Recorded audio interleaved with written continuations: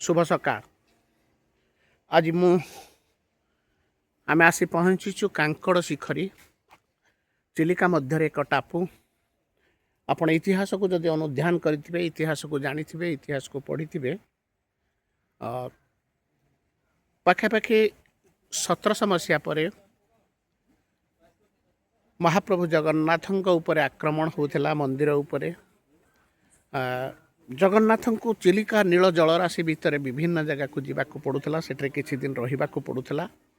प्रभु सेठी लीला खेला करुले। आपण एमिति एक अद्भुत लीला क्षेत्र कांकड़ श्रीक्षेत्र शुणी आश्चर्य हेबे। प्रभु को कौन प्रसाद करिबार कौन व्यवस्था नथिला। प्रभु प्रसाद एठी न करी एणु सी करथिले ए बणर कांकड़ फल रे। से कांकड़ फल रे खूब कांकड़ फल रे प्रभु खाउथिले।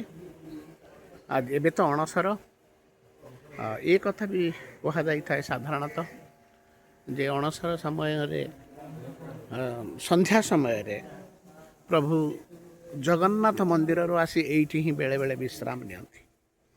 दीटी कथा, एक सुंदर प्राकृतिक परिवेश ता सहित प्रभुंकर एठी लीला खेलार क्षेत्र। ए जगह को खूब कम लोक आसुचंती। अनुरोध रहिबो आपण जो माने भिडियोटी देखुचंती अंततः पक्षे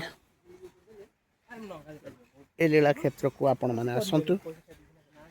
प्रभुंकर ए अपूर्व लीला क्षेत्र को दर्शन करंतु।